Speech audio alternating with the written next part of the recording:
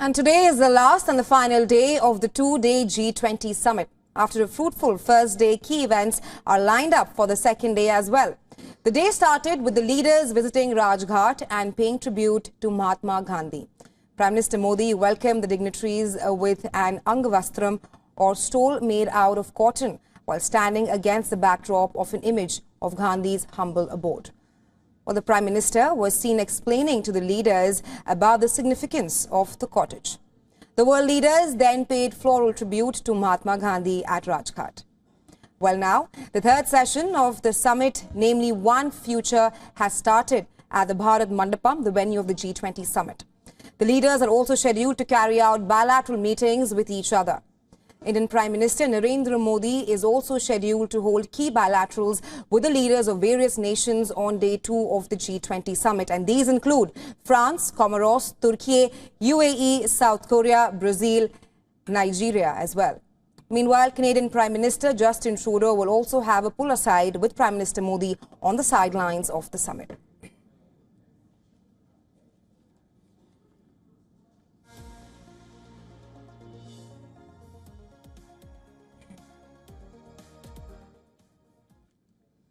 And for more on this, we have with us Captain Alok Bansal, Director at India Foundation. We also have with us our correspondent Bhairavi Singh, who's joining us live from Bharat Mandapam. My first question is for you, Bhairavi. Now, climate change has been on top of the agenda at the G20 summit. Take us through UK's climate financing announcement. Right. The Prime Minister Rishi Sunak has just announced that the UK will be giving $2 billion to the Green Climate Fund. This is the largest funding process for the developing world to cut down their carbon emissions and to support climate mitigation, and the UK says it's supporting that in a major way. This is the biggest single funding by the UK to climate funding, as it were. And the GFS, as I say, is the largest global fund to support the developing world reduce its global emissions. Now, the Green Climate Fund was started by 194 countries under COP15 in Copenhagen. And Sunak says that the UK is beginning to step up and deliver on its climate commitments under the G20, both by decarbonizing its own economy and supporting the most vulnerable nations in the world as part of its G20 commitments. Sunak has also announced that at the COP27 that the UK would be tripling its commitments to climate funding over the course of the next decade. And the UK says that 47% of its own economy is also now being driven by renewable energies led by wind, solar and hydro. And so both domestically and through its international policies, it is supporting climate funding. Rahesha. Absolutely, Bhairavi. Just to add to that, the Biofuel Alliance was one of the major key takeaways from day 1 of the G20 summit. My next question is for you, Captain Bansal. We saw how successful day 1 of the summit was, especially with the signing of the New Delhi Declaration. How do you see G20 being able to drive solution to some of the most pressing problems that the world faces in today's time?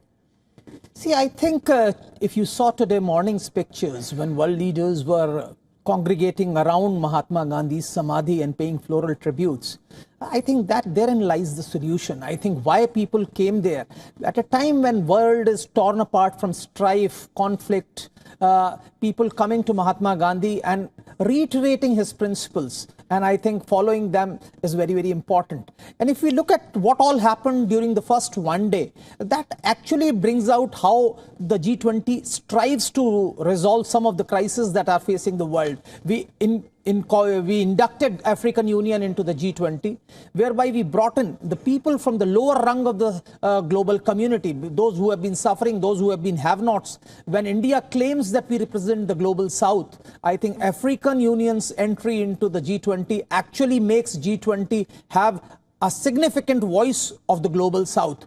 So the rising disparities, we talked about debt restructuring, there are proposals of creating alternative currencies, we are talking about cryptocurrencies, we are looking at those things. And now, of course, in today's session, where we are looking at future, we will go for growth with sustainable model of growth, where we are going to go for green energy. We are looking for climate change, harmful effects of climate change and how to ameliorate them. And I think if we saw one of the major important developments that was announced yesterday, that is India, Middle East, Europe, America network of ports and railways. If you saw, along with the railway lines and the internet connectivity, we also have hydrogen pipelines that have been envisaged. And that actually shows how the world strives to move away from hydrocarbons to a clean energy, where we are going to use hydrogen to generate energy. I think all these factors show that this summit will have a defining moment. It will probably take the global community from the path of self-destruction that we have been following for some time to a path of sustainable development.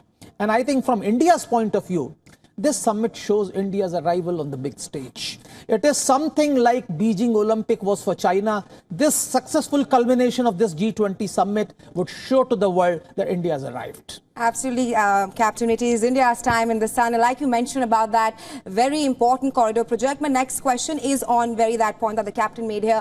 To Bhairavi, you, one of the big takeaways from the day one of the summit has been the big infrastructure deal between India, US, Saudi Arabia and UAE. What are the details of the rail connectivity project? Shed some light on that.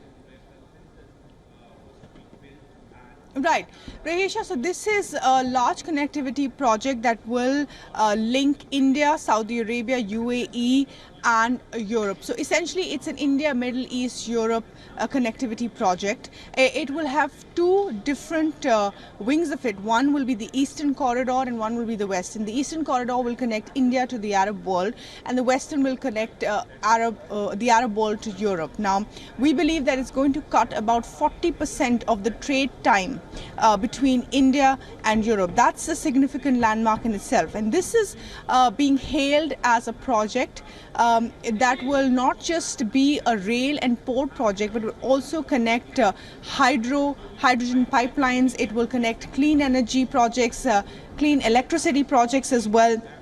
And facilitate the movement of clean energy, food security, supply chains, lay undersea cables as well, connect power grids, we believe, expand telecom and advance the pipeline for hydrogen projects as well. This will also support the regional connectivity between these countries, and the most significant part of this, of course, is that Israel has welcomed the move. Remember, the Middle East and the Arab world has not seen eye to eye with Israel on several issues, particularly Palestine, and the US has attempted to sort of bring the Saudi Arabia, Israel and other Arab countries on the table to talk with Israel. Now Israel welcoming this move is a significant geopolitical achievement in itself.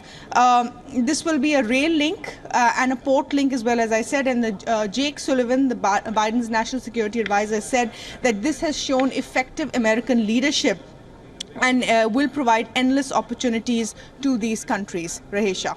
Absolutely, Bhairavi. Thank you so much for joining us on Beyond Sharing Insights with us on that very important corridor project. Thanks very much, Bhairavi.